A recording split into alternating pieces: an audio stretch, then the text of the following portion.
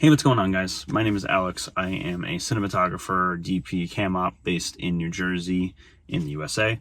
Today, I just kind of wanted to go over my Q3 of 2025, how it went and everything like that. Trying to do at least like a quarterly vlog sort of thing for you guys. I guess I'll just start off with Q3 has been actually pretty damn good for me this year. Last year, my schedule was kind of weird to where it was very much like 3 weeks on, 3 weeks off with work. This year has definitely been a little different. I would say generally it's been sort of the same throughout the year, but I would say these past few months, July, August, September, October-ish. We're in October now. It's like first, second week of October as of recording this. But those past 3 months have definitely just been like super busy for me comparatively to last year or the year before. So it's definitely been go, go, go nonstop. Not to say that revenue is screaming right now, I would say, or any like different than last year. I would say it's actually been weird this year in the sense of still working a lot. Especially these past 3 months have been, again, super, super busy, but it's kind of funny because it feels like I guess paycheck or income have not really reflected that I've noticed personally looking at my bank account. It has definitely felt like I've been doing a lot of work in a lot of different jobs, but I think really looking at the numbers and reassessing the jobs, that it ends up that I've been doing a lot of like smaller one-off jobs, which, is fine. A job's a job. I'll take the money where I can, and I like to stay busy, but it's definitely been more this year that I've noticed a kind of counterbalance between the clients that I usually work with and newer clients, to where last year I was doing, a lot of somewhat assistant roles with a lot of the previous companies that I've worked with, to where I would do a few days with them and, the paycheck would be fairly decent, fairly large. And this year, that consistency with some of those clients has definitely dropped, to where last year, maybe I've done like, let's say 20, 30 days. This year, I've maybe only done like 5. So it's been kind of a weird year in the sense of finding new clients, working with new people and everything like that, and doing more work. But comparatively to last year, I guess I've probably done a little less work, but have financially made about the same. So it's been kind of interesting to see everything switch. I've been talking to a lot of people just about, I guess, like this new world we're kind of coming into as of recently with filmmaking as a whole and an industry, and how things are changing with, not only AI, but also just financially with how the US market is going. A lot of people are, guessing that we're kind of going into another like 2008 recession, financial crisis thing, which makes sense. I feel like definitely the past few years have been very crunchy when it comes to numbers, where, we've really just had to stretch our money more and more. So I'm curious to see how that's going to kind of unfold and affect the market. I've definitely been like thinking about that, but I've had a lot of cool jobs this year. I've been very, very thankful for all the work that I've gotten. I've got to travel a little bit here and there. I've got to work with new clients and new types of different videos as well as productions. So I've been very thankful.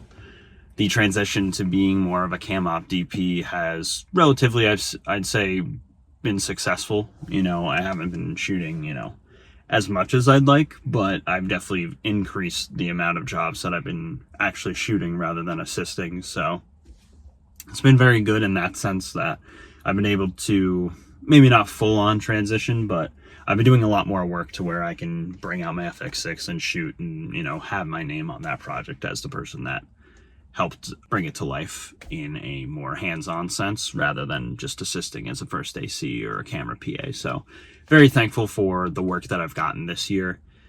It's very interesting. I've been really thinking a lot about the business side this year for sure, and we'll continue to think about it. And I'd love to, hear the community's thoughts on it, as well as what you guys are doing with this like kind of upcoming recession, if you will.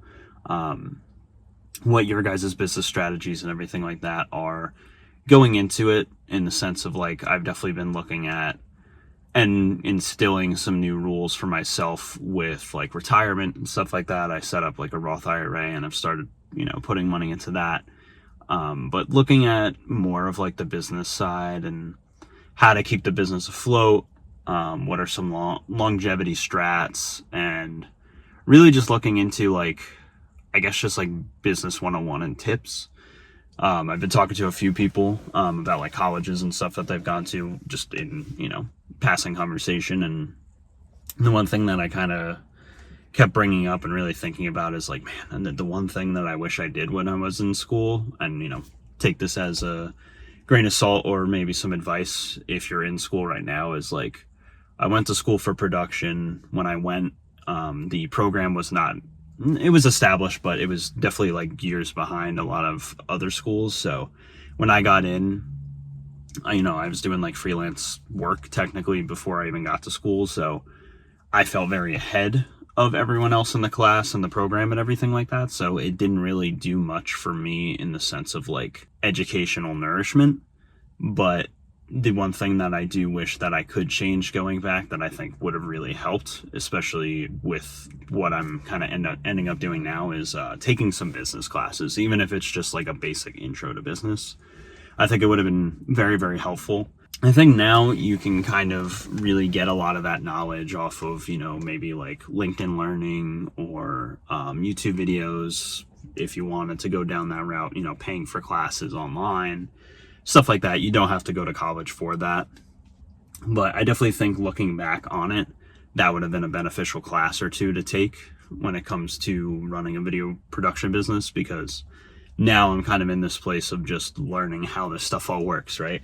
And it's kind of tricky. I don't know if it's just because, I'm young and stupid, I'm 27, but I definitely feel like I could be doing more, in the sense of like, oh, I should be more ahead of the game. I should have this kind of, amount in my account as like a blanket and be doing this and yada yada. But I think it's also tricky because I've only been in this freelance / running my own business technically like 3 years. Opened my business last year, so only probably close to 1 year with that. But I guess I just kind of feel behind in a way comparatively to other people. But I also have to remember and remind myself that a lot of these guys are older than me too, so they might have got established around the same time as me, or even later, and they are where they are now. But I guess trying to, not overextend myself and burn myself out with all this like pre-planning and, worrying and trying to get to this point and this amount and everything, but also trying to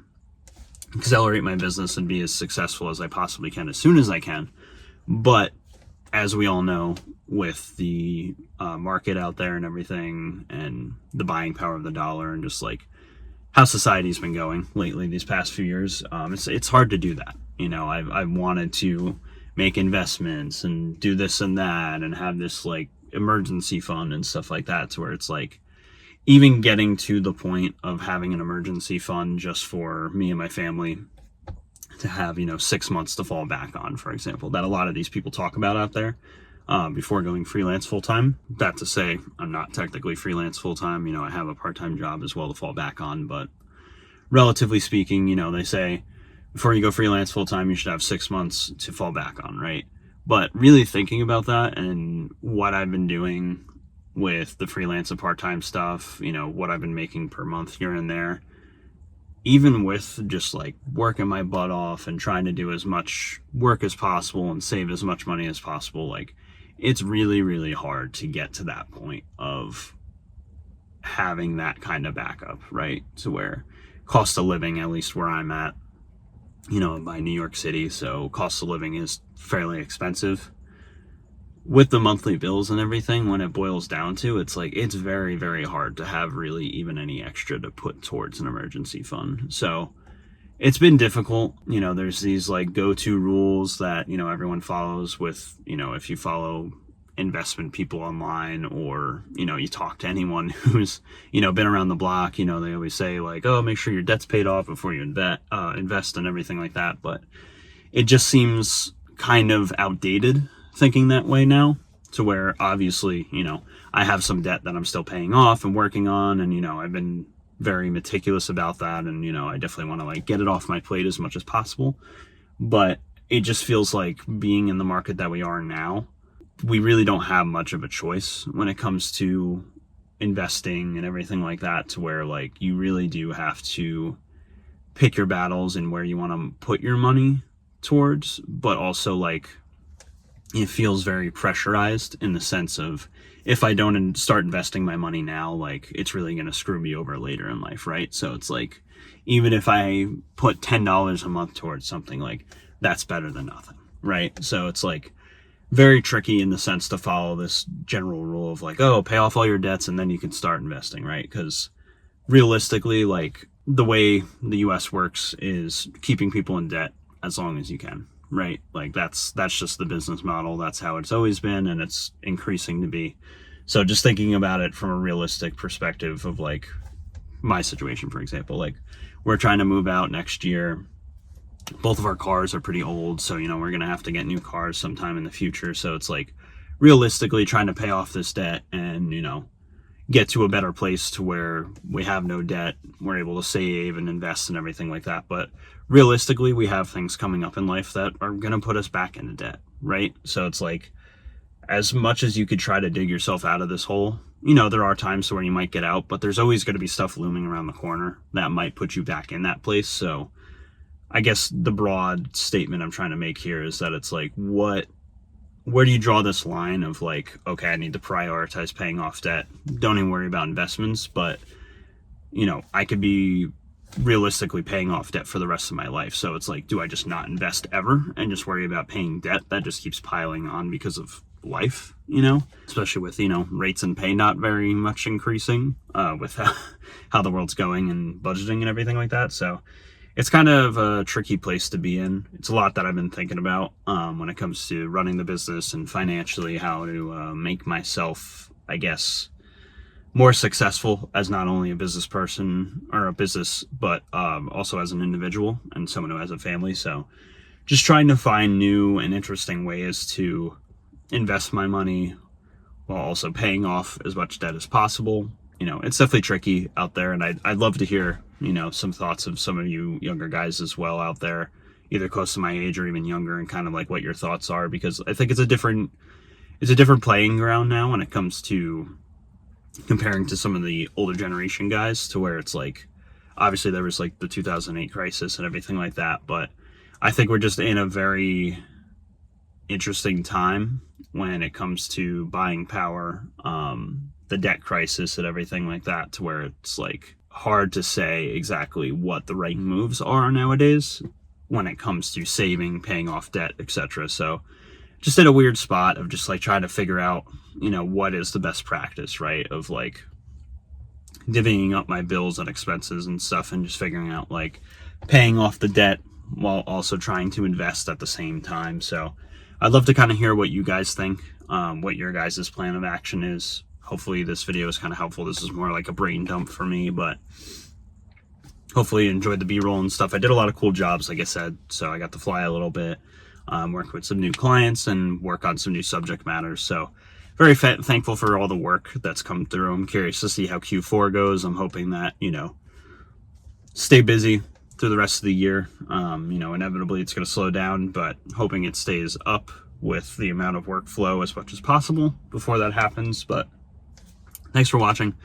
Hope you guys have a good day. Again, in the comments, let me know how you guys been doing and what you're kind of thinking about when it comes to finances and stuff. I might in the future maybe make like a financial breakdown of kind of how I do things and everything, and I'd love to just kind of hear in comparison on like what you guys do as well, just to get a gauge and see kind of how everyone is kind of working through these hard times, right? Especially depending on location and, you know, how much you have to pay to live.